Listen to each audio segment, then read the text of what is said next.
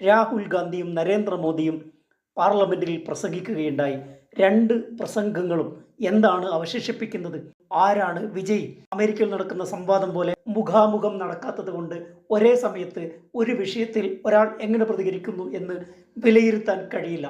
ട്രംപും ബൈഡനും നടത്തുന്ന മോഡലിൽ ഒരു സംവാദം നടക്കുകയാണെങ്കിൽ നമുക്ക് വിഷയങ്ങൾ വ്യക്തമായി മനസ്സിലാക്കാൻ സാധിക്കും. രണ്ട് പ്രസംഗങ്ങളും അവസാനിക്കുമ്പോൾ നാം മനസ്സിലാക്കേണ്ട പ്രധാനപ്പെട്ട ഒരു കാര്യം, ആരുടെ പ്രസംഗമാണ് ഇന്ത്യ ഏറ്റെടുത്തത്? നരേന്ദ്രമോദിക്ക് വോട്ട് ചെയ്യുന്നതിൽ മഹാഭൂരിപക്ഷം ആളുകളും ഹിന്ദുത്വം അപകടത്തിലാണ്, ഹിന്ദുമതം അപകടത്തിൽപ്പെടും, കോൺഗ്രസിന് വോട്ട് ചെയ്താൽ ഇവിടെ മുസ്ലിം ഭരണം വരും ഇത്യാദി പ്രചരണങ്ങളിൽ വിശ്വസിച്ചുകൊണ്ട് കോൺഗ്രസിനെതിരെ വോട്ട് ചെയ്യുന്ന ഒരു വിഭാഗം ആളുകൾ ഇനിയും അവശേഷിക്കുന്നുണ്ട്. അവരെ അഡ്രസ് ചെയ്തുകൊണ്ടാണ് രാഹുൽ ഗാന്ധി പാർലമെന്റിൽ പ്രസംഗിക്കുന്നത്. എന്താണ് യഥാർത്ഥമായ ഹിന്ദുമതം, എന്താണ് ഹിന്ദുത്വ?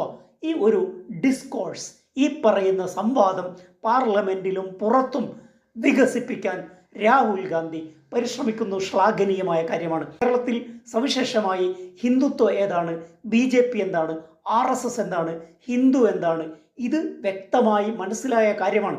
പക്ഷേ ഉത്തരേന്ത്യയിലും മറ്റ് സ്ഥലങ്ങളിലും ഹിന്ദുക്കളുടെ സംരക്ഷണം ഏറ്റെടുത്തത് BJP ആണ്, RSS ആണ് എന്ന ഒരു വിശ്വാസം അവിടെ വോട്ടർമാർക്കിടയിലുണ്ട്. ആ ഒരു വിഷയമാണ് സംവാദമായി കൊണ്ടുവരാൻ രാഹുൽ ഗാന്ധി ആഗ്രഹിക്കുന്നത്. ശിവന്റെ ഫോട്ടോ ഉയർത്തിപ്പിടിച്ചുകൊണ്ട് യഥാർത്ഥമായ ഹിന്ദുമതം എന്താണ്, ആ ഹിന്ദുമതത്തിൽ അസത്യമില്ല, ആക്രമണമില്ല, ആക്രമണോത്സുകമായതൊന്നും ഹിന്ദുമതത്തിൽ ഇല്ല.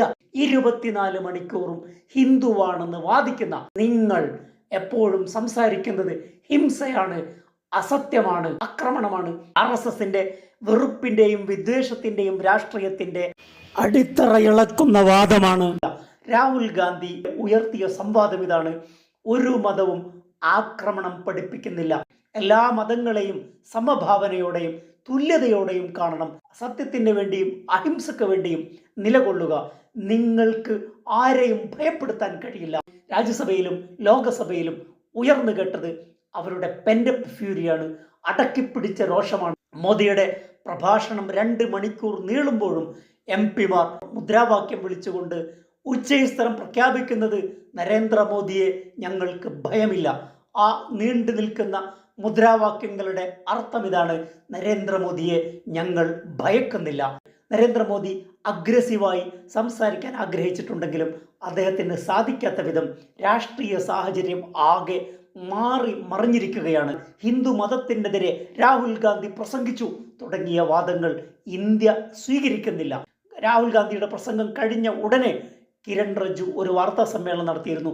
ആ വീഡിയോ ഷെയർ ചെയ്തപ്പോൾ വീഡിയോക്കടിയിൽ ഹിന്ദി സംസാരിക്കുന്നവർ, മറ്റ് ഭാഷകൾ സംസാരിക്കുന്നവർ എല്ലാവരും വന്നുകൊണ്ട് ഒരേ സ്വരത്തിൽ പറയുന്നു, നിങ്ങൾ തോറ്റിരിക്കുന്നു, രാഹുൽ ഗാന്ധിയാണ് ശരി എന്ന് കിരൺ റിജ്ജുവിൻ്റെ ആ വീഡിയോക്ക് താഴെ വന്നുകൊണ്ട് ഹിന്ദിയിലും ഇംഗ്ലീഷിലും കമൻറ്റ് ചെയ്യുന്നു.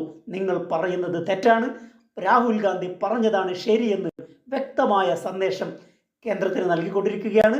സോഷ്യൽ മീഡിയകളിലും BJPയുടെ ഇത്തരത്തിലുള്ള പ്രചാരണങ്ങൾക്ക് വലിയ ശക്തി കിട്ടുന്നില്ല. പ്രതിപക്ഷം പറയുന്നതാണ് ഇന്ത്യയുടെ ശബ്ദം, അതാണ് മുഴങ്ങേണ്ടത് എന്ന് ഇന്ത്യയിലെ ജനങ്ങൾ തീരുമാനിച്ചിരിക്കുന്നു.